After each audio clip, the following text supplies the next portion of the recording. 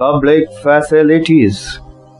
How is it that average person in Haryana has more income than the average person in Kerala but lags behind in some crucial areas? The reason is money in your pocket cannot buy all the goods and services that you may need to live well. So, income by itself is not a completely adequate indicator of material goods and services that the citizens are able to use. For example, normally your money cannot buy a pollution-free environment or cannot ensure that you get unadulterated medicines unless you can afford to shift to a community that already has all these things. Money may also not be able to protect you from infectious diseases unless the whole of your community take preventive steps. Actually, for many of the important things in life, the best way and also the cheapest way is to provide these goods and services collectively. Just to think, will it be cheaper to have collective security for the whole locality or for each house to have its own security guard? What if no one other than you in your village or locality is interested in studying? Would you able to study? Not unless your parents could afford to send you to some private school elsewhere. So you are actually able to study because many other children also want to study.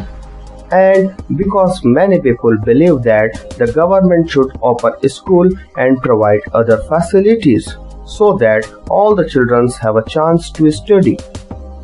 Even now, in many areas, children, particularly girls, are not able to go to school because government society has not provided adequate facilities. Kerala has a low infant mortality rate because it has adequate provision of basic health and educational facilities. Similarly, in some states, the public distribution system functioning well, health and nutritional status of the people of such states is certainly like to be better. Activity. One way to find out if we are properly nourished is to calculate what nutritional scientists call body mass index. This is very easy to calculate. Let each student in the class find out his or her weight and height. Take the weight of each student in the kilograms. Then take the height by drawing up a scale on the wall and measuring accurately with the head straight. Convert the height recorded in centimeters into the meters. Divide the weight in kg by the square of the height. The number you get is called Body Mass Index (BMI).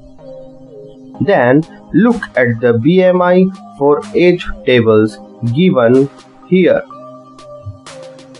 A student's BMI could be within the normal range or less than that or more than that.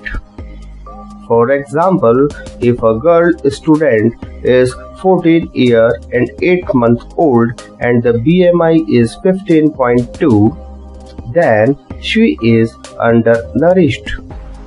Similarly, if the BMI of a boy aged 15 years and 6 months is 28, then he will be considered overweight.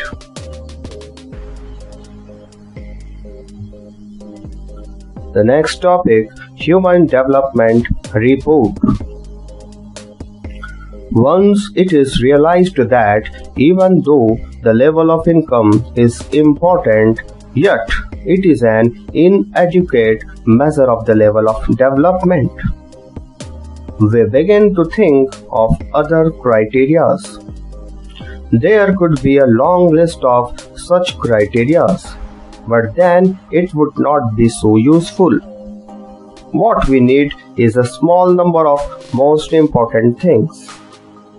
Health and education indicators such as one we used in comparison of Kerala and Haryana are the best indicators.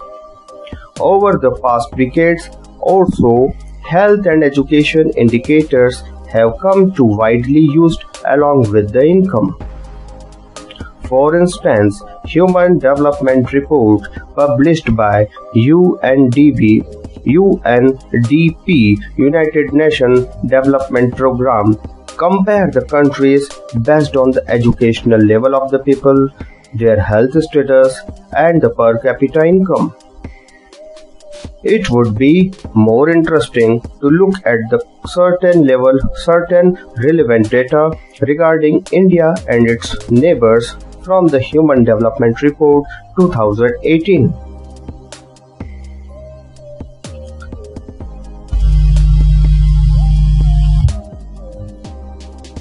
Isn't it surprising that a small country in our neighborhood, Sri Lanka, is much ahead of India in every respect, and a big country like ours has a low rank in the world?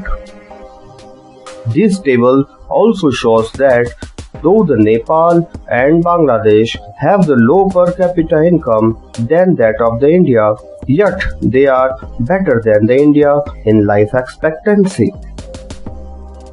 Many improvements have been suggested in calculating HDI and many new components have been added to the Human Development Report. But by prefixing human development, it has made it very clear that what is important in development is what is happening to the citizen of country. It is people, their health, their well-being that is most important. Do you think there are certain other aspects that should be considered in measuring human development?